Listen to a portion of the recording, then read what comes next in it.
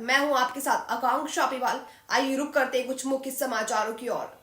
उज्जैन आलोट संसदीय क्षेत्र में अनिल फिरोजिया जनसंपर्क के लिए अपने काफिले के साथ निकल चुके हैं। शुक्रवार को खेड़ा खजुरिया में आम जनसभा करते हुए अनिल फिरोजिया ने अपनी पार्टी की कई विशेषताओं को बताते हुए कहा कि हमारी पार्टी जो कहती है वह करती है, चाहे वह धारा 370 हो या प्रभु श्री राम का अयोध्या मंदिर हो। इसके साथ ही कहा कि हमारे माननीय प्रधानमंत्री मोदी जी एक पिता की भूमिका अदा कर रहे हैं। जिस प्रकार के पिता अपने पुत्रों के लिए जो जो आवश्यकता होती है उसकी पूर्ति करते हैं, ऐसे ही हमारे प्रधानमंत्री भी हमारी जनता की हर आवश्यकता की पूर्ति करते हुए विकास की गंगा को आगे बढ़ा रहे हैं। इसी को देखते हुए कई कांग्रेसी बड़े बड़े नेता भी बीजेपी में शामिल हो चुके हैं। इसके साथ ही विपक्षी कांग्रेस पार्टी पर निशाना साधते हुए कांग्रेस पार्टी की खरी खोटी कहा और कांग्रेस पार्टी हमारे आराध्य प्रभु श्री राम तक को नहीं मानती, वह पार्टी किस काम की, और कहा कि जो राम का नहीं वह किसी काम का नहीं। सबको मालूम है कि द्वारिका समुद्र के नीचे डूबी हुई है।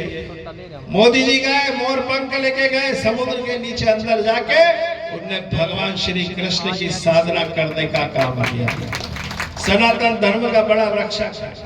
आज कितना गर्व का विषय हमारे लिए कि हम तो नारा ही लगाते थे, हमको भी विश्वास नहीं था कि हमारे जीते जी राम मंदिर बन जाएगा, रामलला की स्थापना हो जाएगी। आज बड़े धूमधाम से 22 जनवरी को रामलला के स्थापना के साथ साथ गांधी जी के सपने को साकार करने का बीड़ा अगर किसी ने उठाया है। गांधी जी सोचते थे, गांधी जी चाहते थे, गांधी जी मानते थे कि भारत में राम राज्य की स्थापना होना चाहिए, भारत में राम राज्य स्थापित होना चाहिए। वो स्थापित करने के लिए अग्रसर अगर कोई है तो नरेंद्र मोदी है, स्वामी विवेकानंद है। अमेरिका की धरती में खड़े होकर कहा था कि 19वीं सदी और 20वीं सदी पश्चिम देशों की होगी और 21वीं सदी भारत विश्व गुरु होगा। उस नरेंद्र ने कहा और इस नरेंद्र ने वो करके दिखा दिया। भारत नरेंद्र मोदी जी के नेतृत्व में 21वीं सदी की ओर अग्रसर है। यह आज का भारत है, यह आज का विकसित भारत है, यह आज का तरक्की करने वाला भारत है।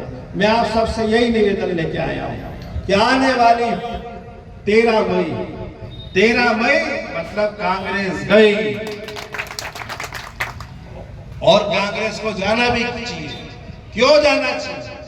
ये वही कांग्रेस है, याद करो वो दिन जब राम सेतु को तोड़ने के लिए कांग्रेस के एक नेता सिब्बल, उन्होंने एक आवेदन दिया था सुप्रीम कोर्ट में कि राम का तो कोई अस्तित्व ही नहीं है, राम एक कल्पना है, राम नाम का कोई व्यक्तित्व नहीं है। अरे शर्म करो कांग्रेसियों, राम हमारे मान है, राम हमारा कोई प्रधानमंत्री कर रहा है तो वो है नरेंद्र मोदी। है कि नहीं पिता की भूमिका? और हम जो कहते हैं, भारतीय जनता पार्टी जो कहती है वो करती है। हमने कहा था कि धारा 370 हटाएंगे, हम नागरिक संशोधन बिल लाएंगे, हे रामलला हम आएंगे, मंदिर वहीं बनाएंगे।